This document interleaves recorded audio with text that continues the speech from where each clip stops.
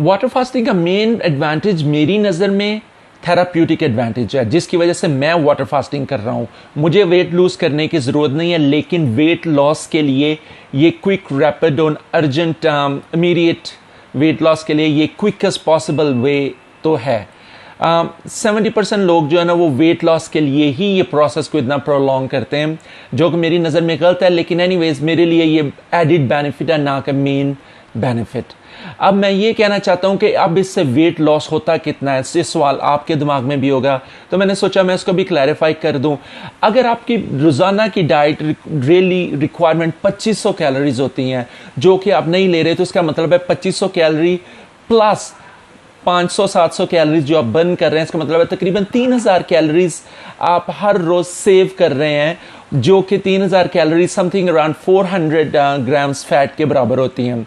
And that is on top of आपके जो fluids और लिक्विड्स हैं जो वो आपके जिस्म के वो बर्न हो रहे हैं। तो इसका मतलब है कि अगर आप ये 7 दिन के लिए प्रोसेस करें तो आपका एनीथिंग बिटवीन 3 and 5 किलो वजन लूज हो सकता है। ये हेल्दी वेट लॉस है? Not really. ये लेकिन quickest way to do lose weight? Yes, absolutely. अब इस प्रोसेस को कितना प्रोलॉन्ग किया जा सकता है? लोग इसको 312, 340, 440 दिनों तक भी करते हैं, लेकिन एक हेल्दी बंदा 3 हफ्ते तक तो आराम से कर ही सकता है। तो 3 हफ्ते से लेके 6 हफ्ते तक इसको करना चाहिए या किया जा सकता है, डिपेंडिंग कि आपकी बॉडी और आपकी एक्टिविटीज़ कैसी हैं।